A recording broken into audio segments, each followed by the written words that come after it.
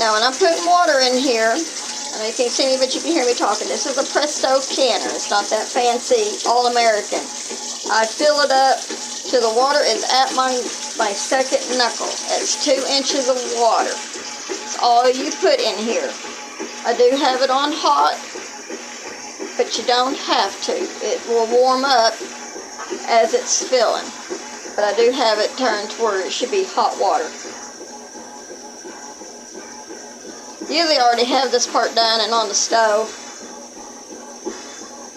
And I kind of missed that step. That way the water is already warming up. Because you really don't want to put hot jars in cold water or cold jars in hot water. Because the difference of the temperature can cause the jars to break. But this water is warming up as it's filling. And it's almost there. Can you see the water? Can you see the water? It's up to my second knuckle. It's not real deep at all. Okay, now I got my pressure canner on the stove. On this side of the handle, it says it's got the little arrow. I didn't show you all that, but it has the arrow, and that's very important whenever you put the lid on. But I'm going to go ahead and start putting the jars in there.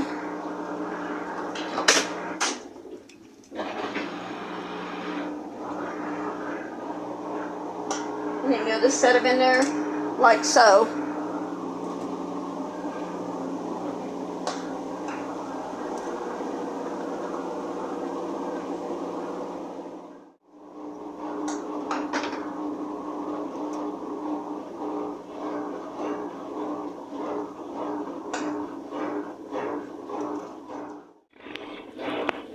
So I was able to fit all 9 of them, and if you notice, the water is up by the lids. Doesn't have to cover the lids, but the 2 inches is still fine.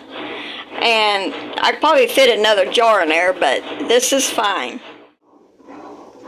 Now we're going to put the lid on, and this here is very important. This here, when this goes up, it means the pressure is building.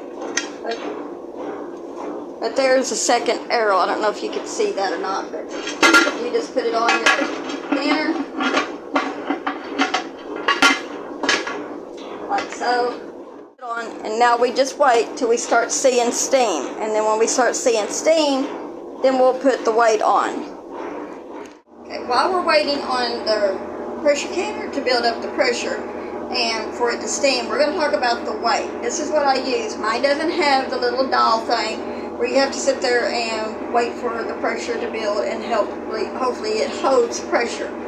I just use this and it works just as good, and I don't have that stress of watching the little dial. The weight has these little weights on there, and that determines the pressure. This right here is 5 pounds. I'm not for sure where you're supposed to live. For it to be 5 pounds, where I live, it's 10 pounds. So I'm going to put one more weight on there. That makes it 10 pounds. You put one more on there, and that makes it 15 pounds. Mine is 10 pounds, so I just leave one of them off and just have the other one. But we're going to wait, and as soon as that thing comes up to pressure and starts steaming, we're going to let it spin for 10 minutes. And the reason why we do that is because we got to let that steam pull all the air out of the canner. And then once it's done it for at least 10 minutes, then when we put this in there, then it traps the steam in there, and we'll do the pressure cooking. So we'll be back.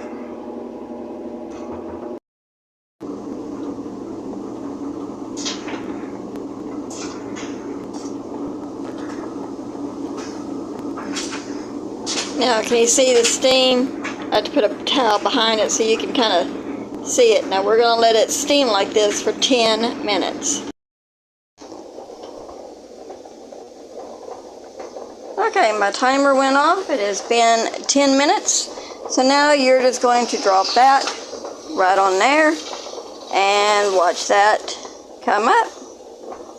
If that doesn't come up, then you don't have a vacuum seal in there anywhere, which means you'll probably have to check your seal inside of your lid, or this is defective.